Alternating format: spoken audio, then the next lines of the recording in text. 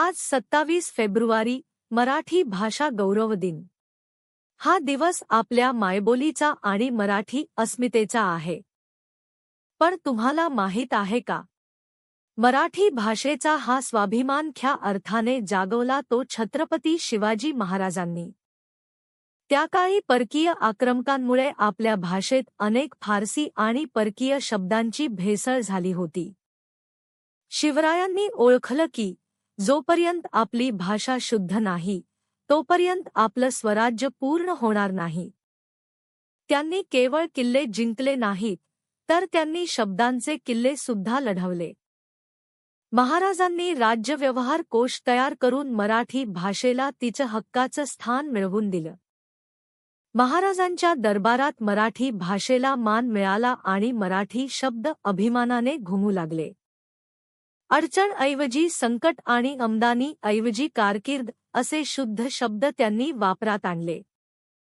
मराठी भाषा ही केवळ संवादाचं साधन नाही, तर ती स्वराज्याची आणि संस्कृतीची ओळख आहे। ज्याप्रमाणे गडकिल्ले आपल्याला लढायला शिकवतात, तशीच ही भाषा आपल्याला ताठ मानेने जगायला शिकवते। महाराजांच्या काळात लिहिलेली पत्र आजही आपल्या भाषेच्या समृद्धतेची साक्ष देतात। मराठी भाषेतूनच मावळ्यांच्या मनात स्वराज्याची ज्वाला पेटली होती। छत्रपती शिवाजी महाराजांनी आपल्या भाषेला राजभाषेचा दर्जा देऊन तिचा सन्मान वाढवला।